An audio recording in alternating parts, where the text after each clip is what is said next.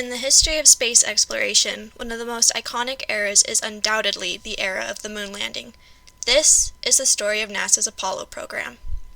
The Apollo program was originally conceived in the early 1960s, but it wouldn't receive its purpose until later. During this time, the rivalry between the world's two superpowers, the USA and the USSR, had extended into outer space with the space race, and in the early 1960s, the USSR was winning.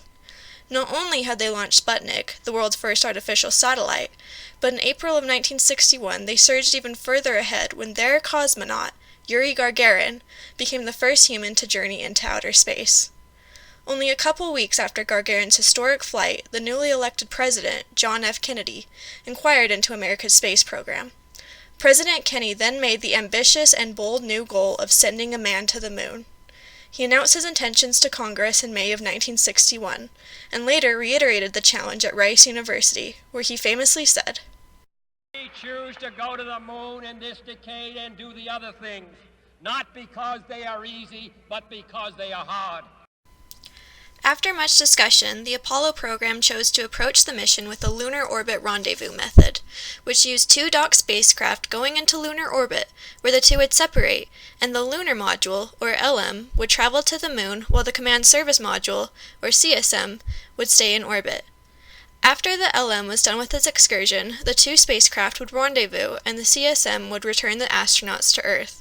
Progress continued as the Saturn rocket family was developed as a launch vehicle, while the astronauts were chosen from a pool of veterans from the projects Mercury and Gemini. Unmanned flight tests and preparations for manned flights commenced. Unfortunately, a tragedy struck on January 27, 1967. During a stimulated launch countdown, a cabin fire broke out, which killed astronauts Gus Grissom, Edward White, and Roger Chaffee. The flight was named Apollo 1 in honor of their memory.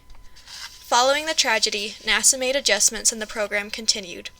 Apollo 4, 5, and 6 were unmanned missions sent to test the Saturn rockets. In October of 1968, Apollo 7 became the first manned Earth orbital flight for the Saturn rockets. And on December 21, 1968, Apollo 8 was the first manned flight to leave Earth's orbit to travel to orbit the moon. The astronauts not only visited the dark side of the moon, but also took the famous photo of the Earthrise during their 10 lunar orbits in 20 hours. The test continued with Apollo 9 and with Apollo 10, with Apollo 10 intended as a dress rehearsal for the actual moon landing, getting within 8.4 nautical miles of the moon's surface. 1969 brought the most famous Apollo mission, Apollo 11, with a crew of Neil Armstrong, Buzz Aldrin, and Michael Collins.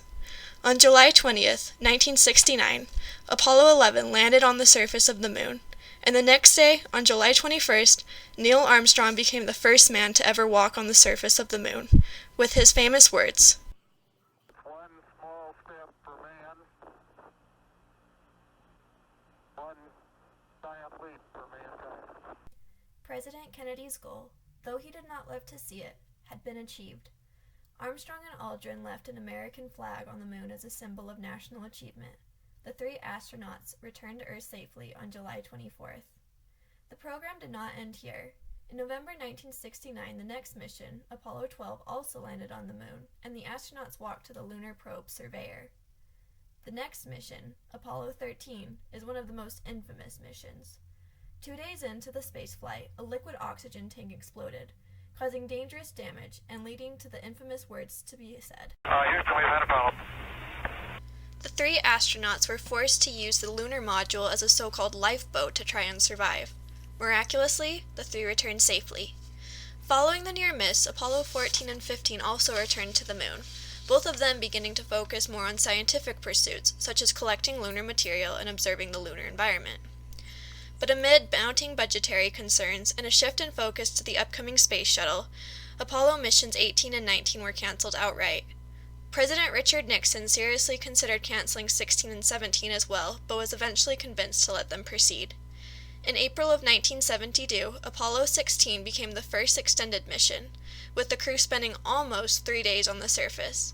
In December of 1972, Apollo 17 became the final lunar mission. The astronauts spent 3 full days on the surface of the moon. On December 19th, astronauts returned from the moon for the last time. The Apollo missions marked the last time that humans have been beyond Earth's orbit, and also the farthest any human has ever traveled into space. It was not a cheap endeavor, but the way the missions captivated the world and became a pioneer for space exploration makes it seem worth it. The Apollo program has often been called one of the greatest technological achievements in human history. We'll have to wait and see if humankind can outdo themselves.